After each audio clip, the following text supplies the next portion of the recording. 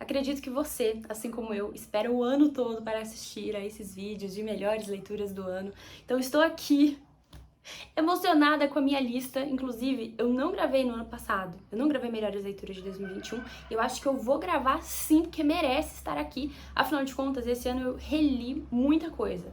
E eu não vou colocar nessa lista as releituras, porque vou falar num outro vídeo só sobre as leituras de 2021. E essa lista, qual que foi o critério? A minha memória relacionar com um negócio assim. A hora que eu sentei pra fazer a lista, esses títulos eles vieram forte na hora. Então isso significa que eu tô deixando vários outros livros que poderiam estar aqui de lado, mas que eu teria que lembrar, pensar um pouco mais racionalmente no critério. E eu queria que o critério fosse o meu coração, entendeu? Esse vídeo de melhores leituras do ano vai ser uma coisa assim do coração da Fala Fernanda. Então, vamos lá. Vou começar. Um adendo. Os últimos 5, eu vou fazer um top 5, tá? Então, até chegar no top 5, meio que não tá elencado, tá? Não façam isso comigo, que é muito difícil escolher livro, igual o concurso de Miss, entendeu? É muito difícil isso pra mim. Então, vou começar com um de não ficção, que foi Memórias, do Nelson Rodrigues, A Menina Sem Estrela. Nem queria ler Nelson Rodrigues esse ano. Ano passado, eu tive um contato com ficção dele, e não rolou muito pra mim, não tinha muita pretensão. Só que me indicaram, eu vi no Instagram de uma seguidora que eu acompanho, foi a Lívia, eu acho que foi a Lívia, Leituras da Lívia, não tenho certeza, depois eu vou confirmar aqui embaixo. E aí ela me mandou, falou, Fê, olha isso aqui. Eu falei, ela citou algumas coisas que tem aqui no livro, eu falei, deu vontade, baixei uma amostra. No dia seguinte eu já tava com o livro, fui na livraria, comprei ele porque eu queria aquele trem no momento, entendeu? Então eu reli boa parte que eu tinha lido no Kindle e aí terminei de ler, eu devorei esse livro, eu não queria parar de ler esse livro.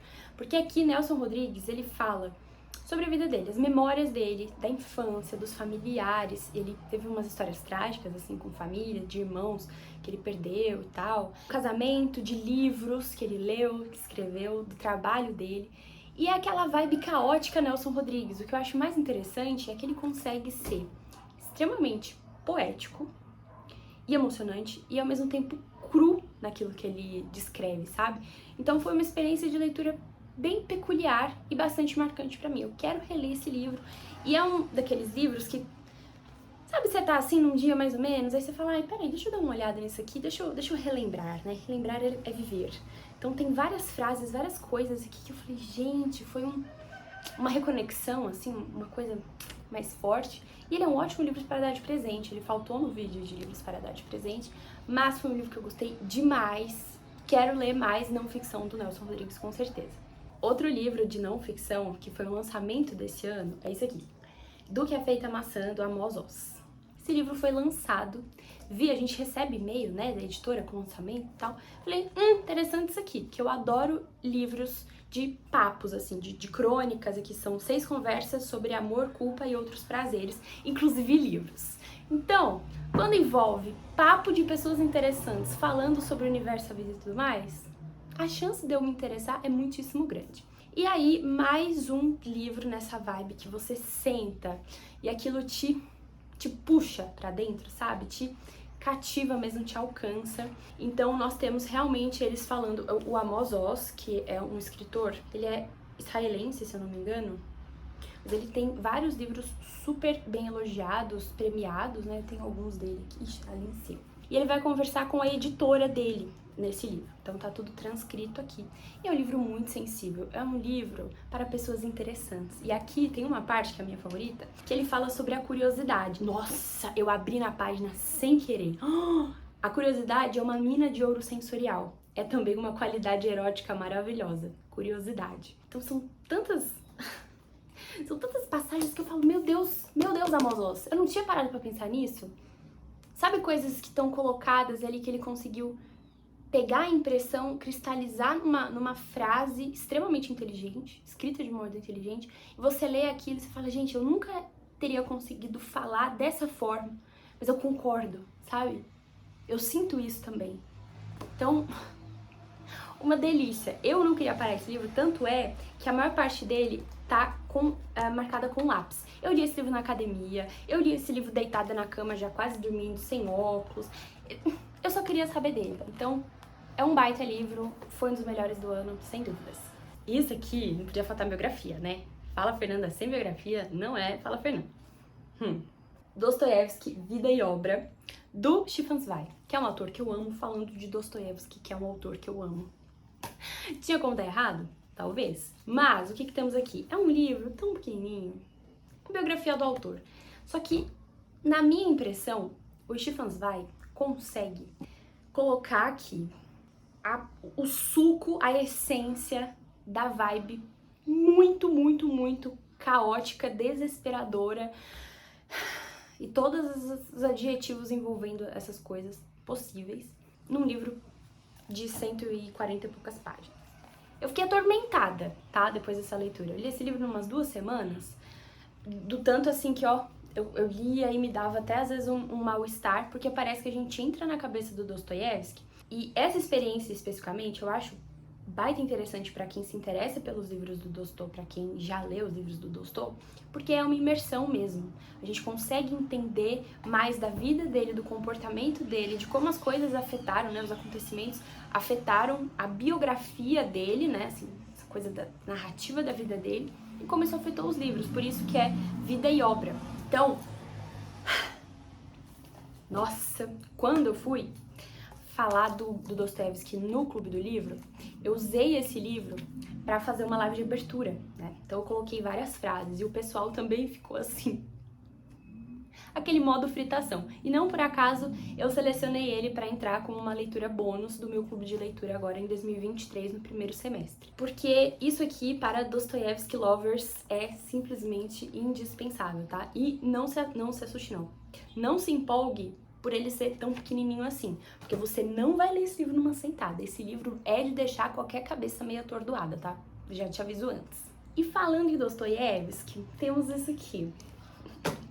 Tolstói e Dostoiévski, do George Steiner. E aí, talvez esse seja o melhor livro de não ficção que eu li esse ano. Talvez. Mas não é concurso de Miss, dane-se. Não importa. Esse foi um livro que eu amei ter lido. Ele estava na minha lista de livros para 2022. E, vamos lá. Não precisa ser ou, tá? Primeira coisa, não me irrita, não precisa ser ou. Pode ser Tolstói e Dostoiévski. Só que aqui ele vai analisar para caramba muitos livros dos dois autores. Ele vai fazer comparações com outros autores. E no início do livro, assim, tipo, os primeiros capítulos, ele faz um negócio que é como se fosse um passeio ali pela literatura.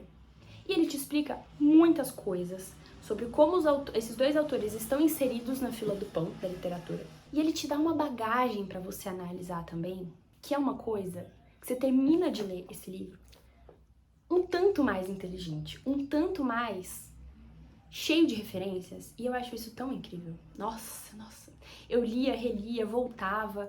Olha, esse livro aqui eu acho que depois eu vou ter que comprar outro, de tanto que ele tá assim já rasurado, que parece que foi 5 leituras em uma, do tanto que eu fiquei presa aqui. E eu também vou passar um pano, porque ele fala demais de Moby Dick. Ele fala pra caramba do Melville, né? E de Moby Dick. Eu brinco que podia se chamar Tolstói, Dostoiévski ou Moby Dick. Porque ele fala pra caramba de Moby Dick, é spoiler do vídeo. Mas assim, ai, meu Deus. Esse aqui vai virar meio que de cabeceira, ele tem que ficar perto de mim, porque é um livro pra quem gosta de literatura, pra quem gosta desses dois autores, pra consultar sempre. Então, sempre que eu ler algum livro, foi o que eu fiz esse ano, de algum dos dois autores, eu preciso dele na minha mesa, entendeu? Então, assim, é um ícone para se ter na biblioteca, com certeza. E pra completar a não ficção, eu vou do quê? Os Europeus, do Orlando... Ai, eu sempre confundo como fala esse nome. Temos aqui o século XX e o surgimento de uma cultura cosmopolita. Por que esse livro é perfeito? O autor, ele vai falar desse século XIX, como as ferrovias mudaram o mundo, a questão da globalização, a disseminação da cultura, da música, das letras, da arte, de tudo, da música. Como que a Europa foi transformada nesse século XIX pela questão do transporte facilitado, certo? Só que ele fala muito também dos livros, principalmente pelo viés da vida do Turgenev, do maior crush que ele teve na vida, que foi a Pauline, que era uma cantora super importante na época. A Pauline tinha um marido e o Turgenev, ele era um amante dela, só que a família meio que adotou ele. Era uma coisa assim complexa, uma relação complexa, porque todo mundo sabia, e aí era aquela coisa assim, ele tava lá o tempo todo, eles viajavam juntos, ele cuidou pra caramba do marido dela, ele teve uma época que ele morava junto, e é uma relação assim, bem moderna, eu diria. Ela foi o grande amor da vida dele, não sei se dá pra dizer o contrário, tá? Então tem esse enfoque na vida deles, então também é quase como se fosse uma biografia do Turgenev, mas mistura esses aspectos que eu comentei, de história, de literatura, de cultura. Então não se assuste com o tamanho, tá? Porque ele tem menos páginas do que parece, porque tem muitas bibliografias, notas de rodapé, essas coisas, então ocupa bastante aqui. É um livro bem caro, tem que ficar de olho. Assim, ele custa mais de 100 reais, numa promoção você consegue ir por uns 87, mas foi assim como o do Amos Oz. Eu vi que lançou, tava assim, ó, lançou num dia, eu comprei no outro, tava aqui no outro e eu já tava lendo no mesmo dia, entendeu? Se você gosta de história, se você gosta de entender um pouco mais sobre a literatura, num sentido ao redor dos anos, né, ao longo dos séculos, isso aqui, tá? Você precisa. Agora vamos para as ficções. Eu confesso que quando eu comecei a fazer a lista, eu só pensei em livro de ficção. Interessante, né? Só pensei em livro de ficção. Vamos lá. Vou começar falando de felicidade conjugal. Eu tenho uma reclamação pra fazer, porque eu vi as pessoas falando de felicidade conjugal com uma vibe assim, é um livro bonito, é uma coisa assim, sabe, importante, marcante, como se fosse um livro simplesmente levinho, fofinho, bonitinho, sabe, tipo, a história de um casal. Isso aqui me deixou num nível de desamparo. Isso aqui acabou comigo, tá? Acabou comigo. E o que eu acho? Se você é uma pessoa casada, namorando, noivada, o que quer que seja, se você se relaciona com alguém, se você pretende se relacionar com alguém, leia isso aqui. Eu terminei de ler ele sonhando com a ideia de ter lido antes de me casar, por exemplo. Eu acho que a minha vida teria sido tão mais fácil, em vários sentidos. Eu teria amadurecido tanto. Isso aqui é uma ponte, tá? Entre uma vida mais madura e você. De verdade. É um casal do século XIX? Sim. O que isso tem a ver com você? Tudo. Porque o Tolstói, mesmo sem ser casado nessa época, ele não era casado, eu não me conformo com isso, ele não era casado, mas ele entendia tanto esse desgramado, ele entendia tanto de comportamento humano, sobre o ser humano e sua essência, que ele conseguiu imprimir aqui a profundidade do quanto uma relação conjugal é complexa. Então, não cheguem nisso aqui esperando, uma historinha de amor. Não, isso não é Sessão da Tarde, tá? Não é Sessão da Tarde. Um livro muito bom, lindamente bem escrito, é Tolstói, né? Ele tá descrevendo as coisas, ele tá falando do ser humano, é a coisa mais linda, mas ele também tem essa intensidade. Claro que talvez não marque as pessoas, outras pessoas assim como me marcou, mas eu tendo a achar que ele vai entrar nesses livros que eu releio todos os anos, tá? Então, é um livro necessário pra mim. Outro livro que não podia ficar de fora. Drácula. Tava, tempão querendo ler. Já tinha um livro, uma edição aqui me esperando. Falei, esse ano vai. Li em outubro pra tentar ser uma pessoa mais temática, entendeu? E eu estava com expectativas, eu tava achando que eu ia gostar. Entregou tudo mais um pouco. E foi acho que foi a experiência de leitura mais louca que eu tive esse ano. Sabe aquele livro, assim, que deixa desconcertada? Eu sonhei, eu tive crise de sonambulismo. Pena que meu marido não gravou. Eu sentei na cama e comecei a falar pra ele sobre esse livro. Via vulto assim, ó, na janela, algum passarinho, achava que era morcego. Eu fiquei totalmente atordoada. Mas, o que temos aqui? Talvez você já tenha visto o filme do Coppola lá e fala, meio chato. Você já saiba um pouco desse rolê de vampiro e fique, tá, meio... já cansei dessa vibe crepúsculo. Não. Vai dar uma chance pra ele? Em que sentido? É um livro escrito de uma maneira muito diferente. São cartas, são diários, né? Entradas de cartas, diários, como chama que tá no jornal? Reportagens, enfim, não é um narrador te contando uma história como normalmente, né, seja em primeira ou terceira pessoa. Não tem isso. Você tem que construir a história na sua cabeça conforme você pega informações que estão acontecendo. tá? Então é um livro escrito de uma maneira muitíssimo interessante. Eu vi muita gente falando que lá pro meio ele ficou um pouco arrastado. Eu achei que ele me manteve interessada para caramba. Tanto que, assim, eu não queria terminar ele, eu queria que ele fosse maior. E teve a questão do final também, que para muitas pessoas não foi um final satisfatório. Mas eu estava satisfeitíssima, porque a minha experiência até então com o livro já estava, assim, ó, no auge, tá?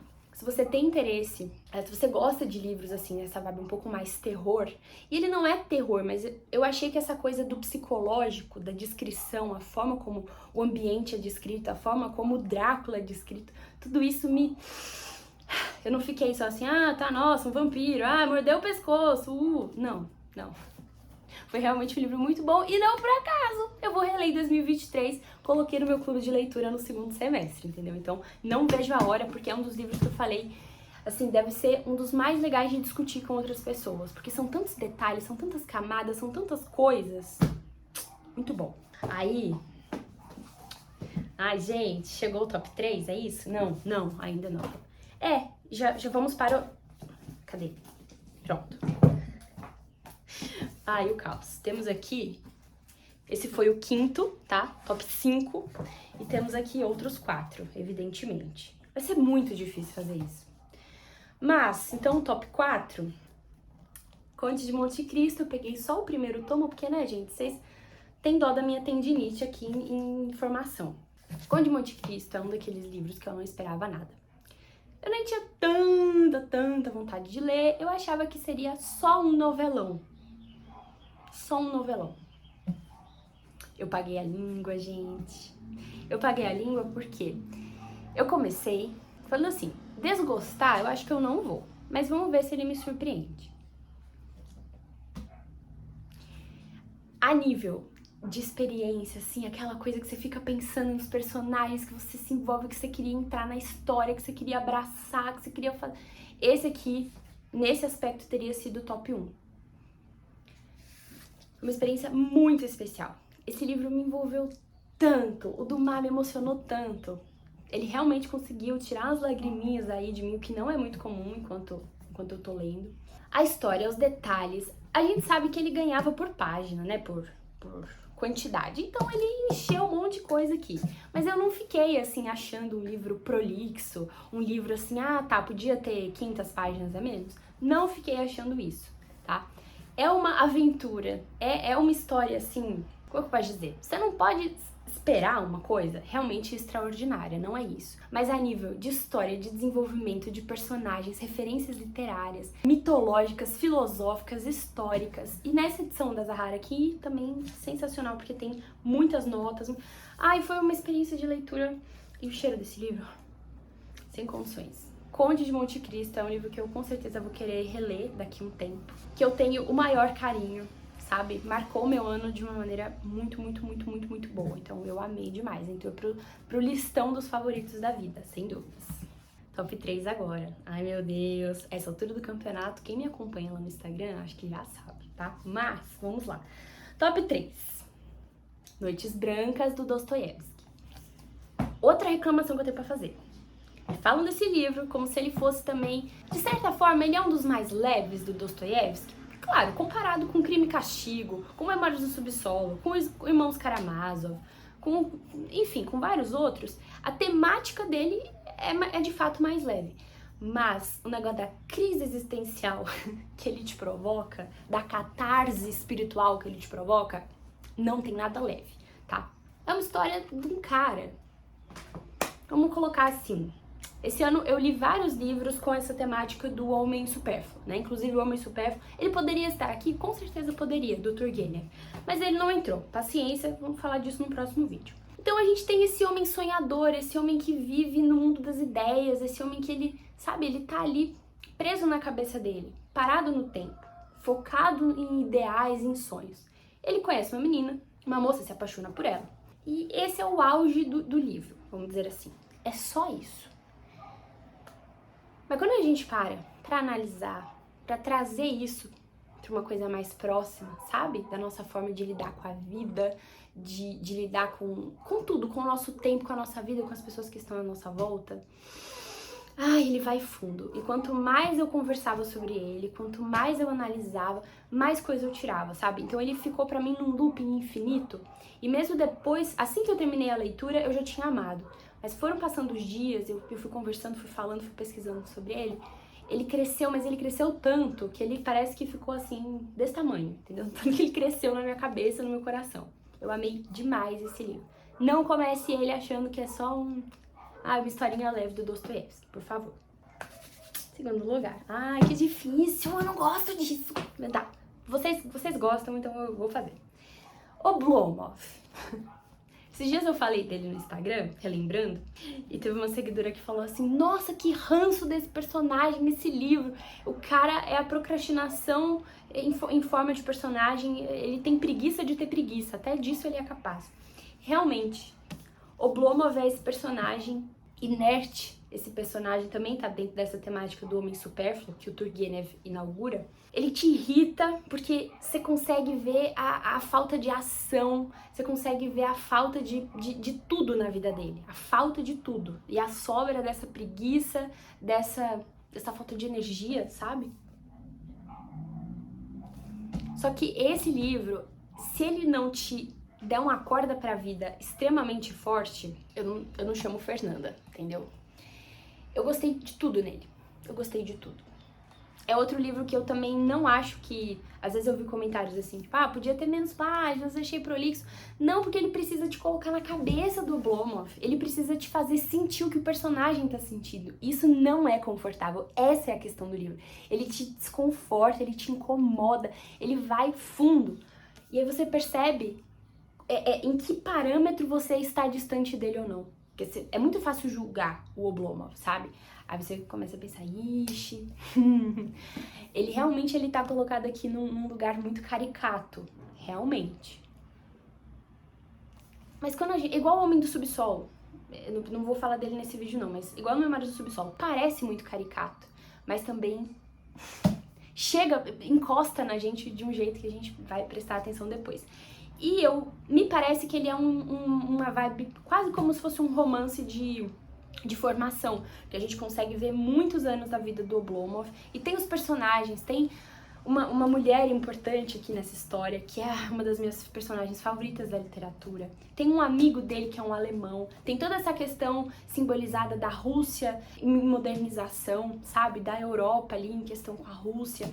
É um livro, meu Deus do céu, eu diria que, num certo sentido, ele poderia ser o grande favorito, porque ele foi um dos livros que mais... como é que fala? Foi no fundo da minha alma, sabe? E num momento específico da minha vida que eu tava lendo, ele realmente mexeu com todas as minhas estruturas. Ele me revirou como ser humano, sabe? Ele foi importante pra mim como pessoa. Então, Oblomov não poderia ficar de fora. E aí, em primeiro lugar... Não, para. Se você tá vendo esse vídeo, para aqui e comenta. Qual você acha que é o primeiro? Qual você acha que é o primeiro? Ok. Alguma novidade? Nenhuma novidade. Moby Dick é um livro que eu esperei uns 10 anos pra ler. Eu sou cismada com esse livro. Não lembro a primeira vez que eu vi, mas que eu cismei com ele em resenhas do YouTube de muitos anos atrás. E aí tem uma história que um dia eu vi o meu tio, que é tipo a mistura do Charles Dickens com o Papai Noel. Maravilhoso. Eu vi ele tirando Moby Dick da mochila e falando pra mim, apaixonadamente, também isso faz muitos anos. E hoje eu tenho essa edição dele, direto da biblioteca dele, que é nada menos que a edição da Zahar, não, a edição da Kozak. Então eu tinha toda uma questão com essa baleia aí que eu não conhecia. E eu esperei o momento certo, entre muitas aspas, porque eu queria ler no momento que eu pudesse ler com calma, sabe? No momento assim que eu estivesse tranquila. Eu li no meu clube de leitura, não poderia ter esperado por uma situação melhor, né? Por uma circunstância melhor. Então foi um bônus, um presente que eu dei pro pessoal que tava no meu clube. E a gente leu em 2 meses. E foi uma coisa também que do mesmo tanto que eu ri, eu chorei, me emocionei. Tem uma história que também parece relativamente simples, né? Uma caça à baleia e todo mundo falando, mas a descrição da baleia, eu não quero saber sobre baleia. E ele fica falando de baleia, Sim, ele fala muito sobre baleia, tem várias partes ultra descritivas, mas tudo isso me interessa, entendeu? Então eu sou a tia da baleia, eu sou a tia da biologia aleatória, entendeu? E quando eu li esse livro, eu já tinha assistido a muitos documentários, a filmes envolvendo, eu gosto dessa temática. E não só da temática em si, pela questão da baleia, da parte biológica e do mar, mas o símbolo disso tudo, tudo que isso representa, sabe? O desconhecido, a imensidão. Pensa numa baleia de 8 toneladas, cara. Pensa numa baleia que é maior que um caminhão. Imagina você perto. E a escrita do Melville? A escrita do Melville, senhores, o que é isso? No primeiro momento, me lembrou muito Jonathan Swift em Viagens de Gulliver, que até então era o meu livro da vida, Viagens de Gulliver. E esse narrador aqui, ele tem uma coisa irônica muito parecida. Quem fala isso também foi o Carpo. Eu tinha comentado, depois eu li no livro dele, eu falei, gente, eu não tô louca. Realmente o Carpo comparou os dois. E é um livro que ele parece que ele tem todos os gêneros em um só, entendeu? Quem que vai comentar? Esse livro poderia estar aqui, que é do Harold Bloom, Cânone Americano. Ele tem um texto gigantesco sobre esse livro, e aí ele cita as referências tanto da tragédia, né, Shakespeare, tanto das epopeias, né, como Ilíada e Odisseia, as referências bíblicas. Então, ele é um livro tão cheio de camadas, ele é um livro tão grandioso, sabe, com tantas coisas, que eu só consigo ficar animada pelas próximas releituras, tá? Então, assim, não sei se eu vou conseguir reler ele no ano que vem, mas acho que do próximo não passa, porque é um livro que vai me acompanhar pelo resto da minha vida, com certeza. É muito difícil falar sobre ele aqui em poucos minutos. Eu vou ter que fazer uma resenha, porque, é tanta coisa, mas definitivamente não é só um livro sobre baleias, tá? Esse aqui é muito bom. Não vale a pena você pegar também de qualquer jeito. Vale a pena você se interessar, assim, se for o caso, você pesquisar mais, você entender ali do que ele tá falando, pra não ficar essa impressão de tipo, tá, o cara foi lá, caçou a baleia, e aí? E depois? Essa aqui é uma obra-prima. Não sou só eu que estou falando, tem muita gente importante na fila do pão que concorda. Mas Moby Dick virou meu livro da vida, não há dúvidas. E ele tornou o meu 2022, sabe? Ele fez uma coisa diferente aí do meu 2022 que eu simplesmente nunca vou esquecer. Eu quero saber dos seus livros favoritos de 2022, tá? Você não ouse sair daqui desse vídeo sem me contar. E se você já leu algum desses, quiser comentar aí sobre as minhas escolhas também. E eu te vejo no próximo vídeo. Um beijo, feliz 2023 para todos nós, não é mesmo? Que você esteja aqui comigo, obrigada pela companhia nesses últimos meses. E temos muita coisa boa aí por vir em 2023. Um beijo.